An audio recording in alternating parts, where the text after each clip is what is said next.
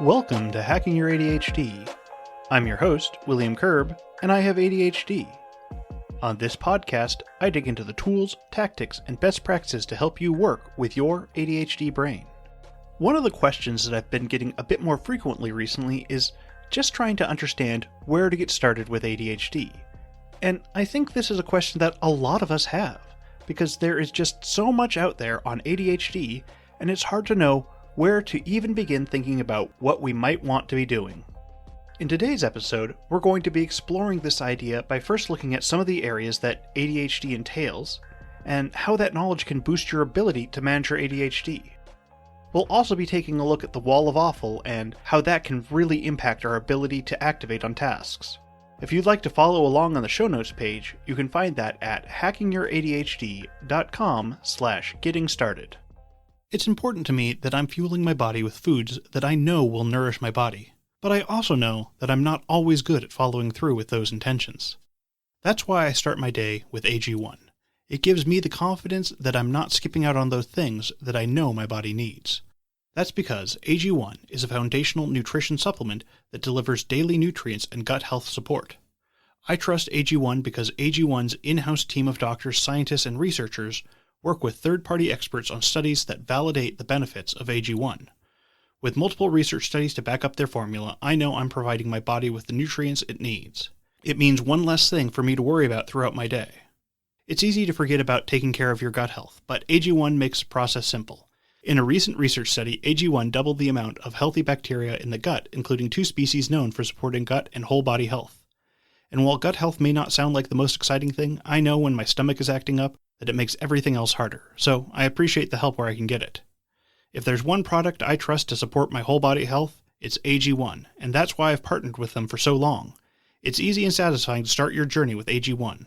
Try AG1 and get a free 1-year supply of vitamin D3, K2, and 5 free AG1 travel packs with your first purchase at drinkag1.com/ADHD. That's drinkag1.com/ADHD. Check it out.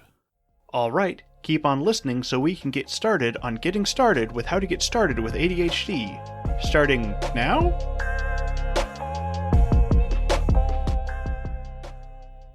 I think the easiest place we can start with ADHD is really jumping into the basics of the disorder.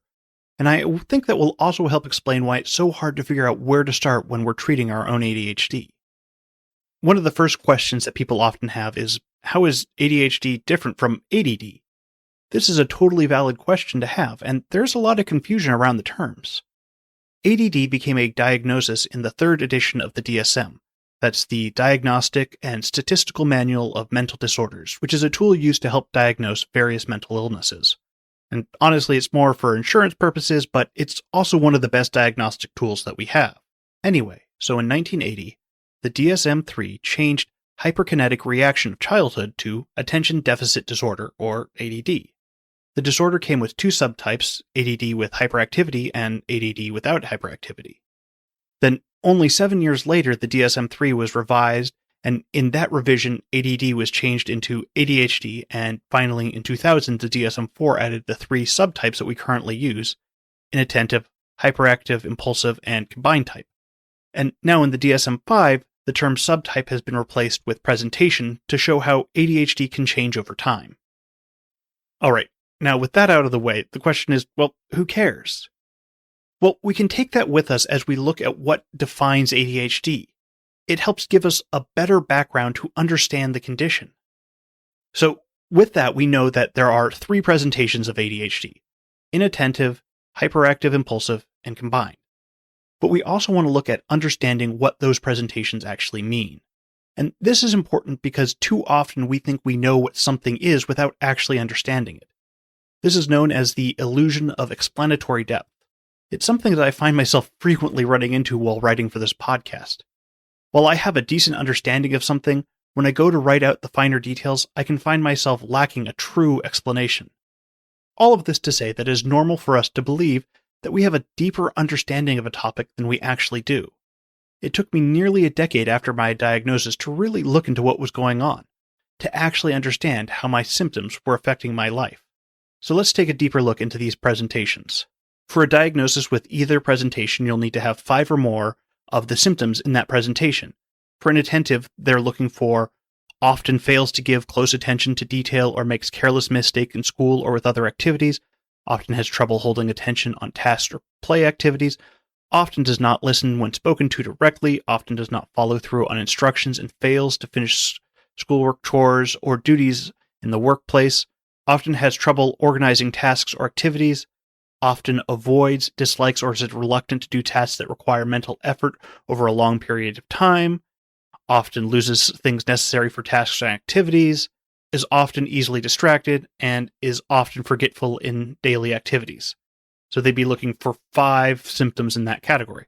And then for the hyperactive impulsive presentation, they'd be looking for symptoms from the list of often fidgets with or taps hands or feet or squirms in seat, often leaves seat in situations where remaining seated is expected, often runs about to climb in situations where it's not appropriate, or in adolescents or adults may be limited to feeling restless, often unable to play or take part in leisure activities quietly, is often on the go or acting as if driven by a motor, often talks excessively, often blurts out an answer before a question has been completed, often has trouble waiting their turn, often interrupts or intrudes on others.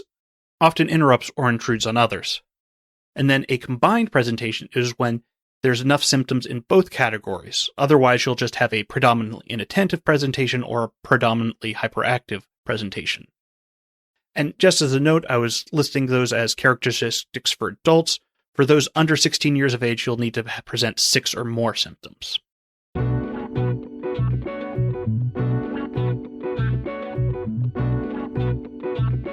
Now, I started with that because I think that when we're asking the question, where should I get started with my ADHD management, we really have to understand that ADHD is a spectrum disorder. There are a lot of symptoms, and we're not going to necessarily have all of those symptoms listed above. In fact, we probably won't. So where we get started is going to largely be an issue of identifying where our problems are manifesting.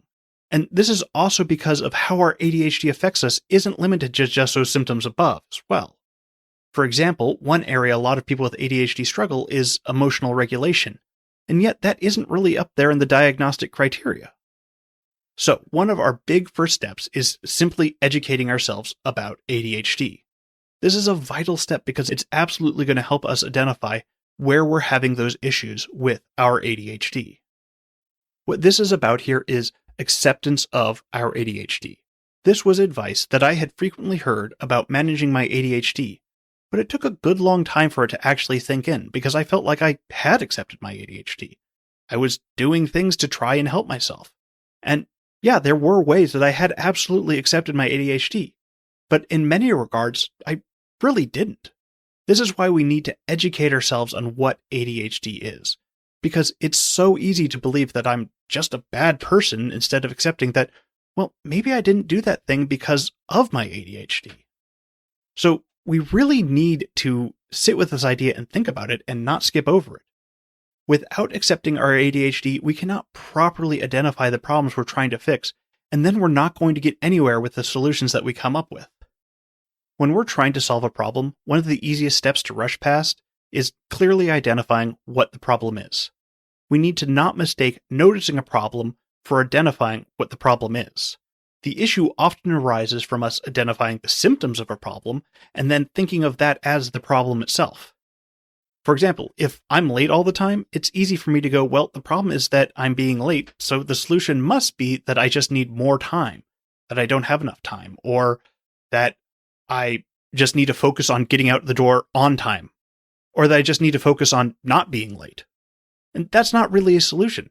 There might be a solution in there in needing more time, but I know that getting out the door for me is usually about much more than just having enough time. For me, it's often realizing that about 5 minutes before I need to leave, that I haven't gotten anything ready to go, and so I need to rush about trying to do things. So getting up earlier won't fix that issue. What would fix the issue is finding ways for me to get my stuff together earlier so I can leave on time when I realize that I only have 5 minutes to go till I leave. And this is just about trying to figure out where our problems lay in the spectrum of what's going on with our ADHD. And so we have to know how our ADHD is affecting us, where it's creating those sticking points. But more than anything, it's about accepting that ADHD is creating these issues for us, And so we're going to need to find solutions that are going to work with our ADHD.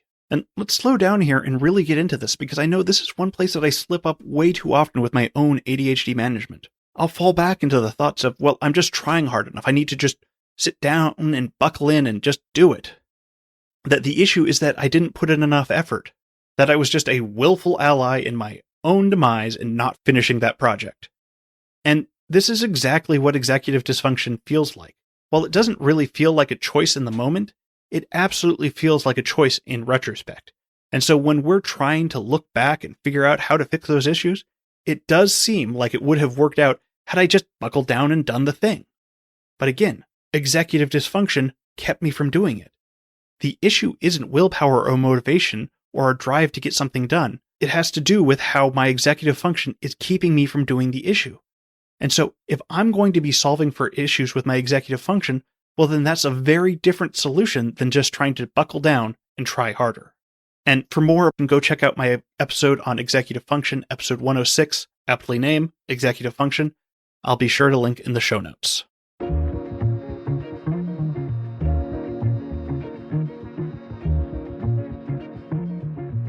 I also want to talk about an idea that keeps coming up for me over and over again when I'm dealing with ADHD management, and that's the wall of awful. This is an idea that comes from Brendan Mahan of the ADHD Essentials podcast. The basic premise is that when we have a simple task like doing the dishes, and that task feels really difficult to do, it's because not only are we dealing with the task, we're also dealing with our own wall of awful, which is an emotional barrier to doing the task. Our walls of awful are built through a bunch of different bricks that are attached to our emotions. So we can have things like failure bricks, disappointment bricks, rejection bricks, and shame bricks. And all these bricks create a wall between us and doing the task. The wall of awful is the emotional impact of repeated failure, and it makes activating on tasks even more difficult. It's also important to know that the bricks don't actually have to reflect reality. Take perfectionism.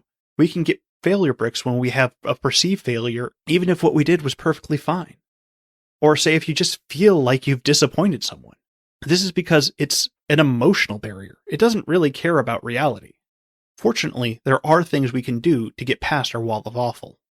According to Brendan, there are 5 ways we can try and get past the wall, but 2 don't work and 1 works but is damaging to our relationships. So the first way that doesn't work is just staring at it. We see the problem and we just don't do anything. We can also try and go around the wall, but it's a metaphor, so it's infinitely long. And this is us just trying to avoid our task and hoping it'll go away. Neither of these solutions actually gets us through doing the task, but they can lead us to a solution that does, which is Hulk smashing our way through the wall. And this can happen in 2 ways. One way is someone will nag us about doing the thing and we'll lash out, going, yeah, I'll do the stupid dishes, and we do it and we're mad, and it's damaging to that relationship. Or we can smash inwards and beat ourselves up until we get on with it. Either way, the Hulk smash will either damage our relationship with someone else, or it'll damage our relationship with ourselves. And just as a quick note here, this is our threat response of fight, flight, or freeze. And we said there were 5 methods of getting past a wall, so we have 2 more, and fortunately, these are the methods that work and are healthy for us.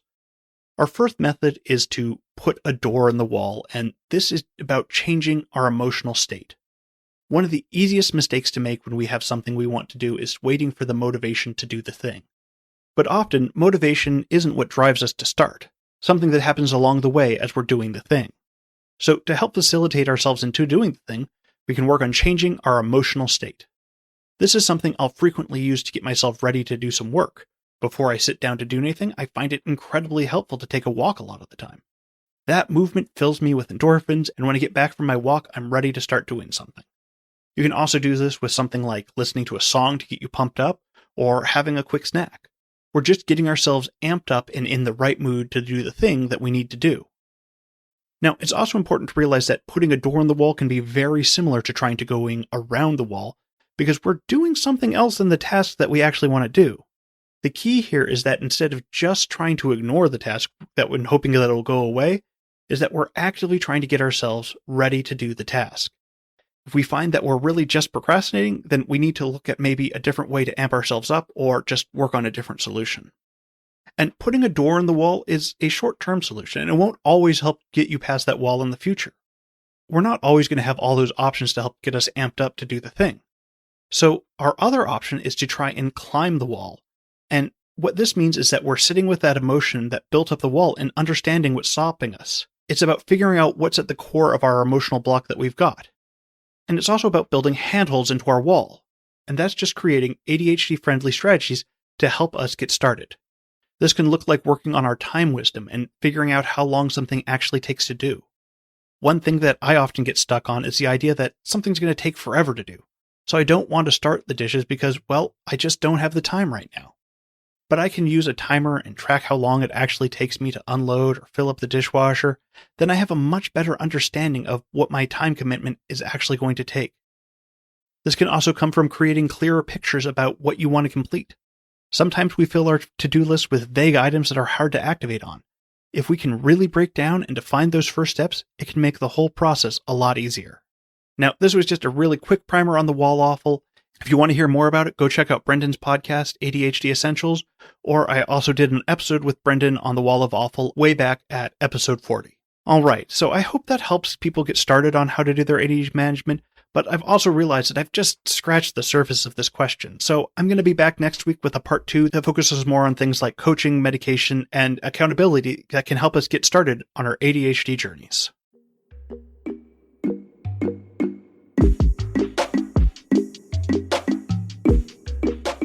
Thanks for sticking with me all the way to the end.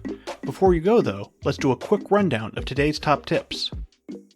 1. ADHD is a spectrum disorder, meaning that you're going to have a variety of symptoms to a varying degree. Your ADHD is unique to you, and how you treat your ADHD is going to be a matter of figuring out which symptoms are affecting you the most. 2. One of the hardest parts of ADHD is getting past our internalized messaging around who we are. If we haven't taken the time to work on accepting how our ADHD affects us, then it's easy for us to label ourselves as lazy or just not willing to put in the work, instead of accepting how our ADHD can hold us back. 3. The wall of awful is the emotional impact of repeated failure, and it makes activating on tasks even more difficult. There are 5 ways people can try and get past the wall of awful. 2 of those don't work. 1 works but is damaging to our relationships, and then 2 that works. The 2 that don't work are staring at it or trying to go around it. The one that works but is damaging is trying to Hulk smash through the wall. And the 2 that work and that we want to focus on are climbing the wall and trying to put a door in the wall. Alright, that's it. Thanks for listening. I'd love to hear what you thought of this episode. Feel free to connect with me over at hackingYourADHD.com/contact. If you'd like links or to read this episode's transcript, you can go to the show notes page at hackingYourADHD.com/116. If you'd like to support the show, the best way to do so is to tell someone about the show, especially if you think a particular episode would resonate with them. Just click the share button on your podcast player and send it over to them. Or you can consider supporting me on Patreon. Just go to hackingYourADHD.com/Patreon to find out more. And now for your moment of dad. I've been working on a new book on how to fall down the stairs. It's a step-by-step guide. Marketing is hard. But I'll tell you a little secret. It doesn't have to be. Let me point something out. You're listening to a podcast right now, and it's great. You love the host. You seek it out and download it. You listen to it while driving, working out, cooking, even going to the bathroom. Podcasts are a pretty close companion. And this is a podcast ad. Did I get your attention? You can reach great listeners like yourself with podcast advertising from Libsyn Ads. Choose from hundreds of top podcasts offering host endorsements, or run a pre-produced ad like this one across thousands of shows to reach your target audience and their favorite podcasts with Libsyn Ads. Go to libsynads.com, that's LIBSYN, ads.com today.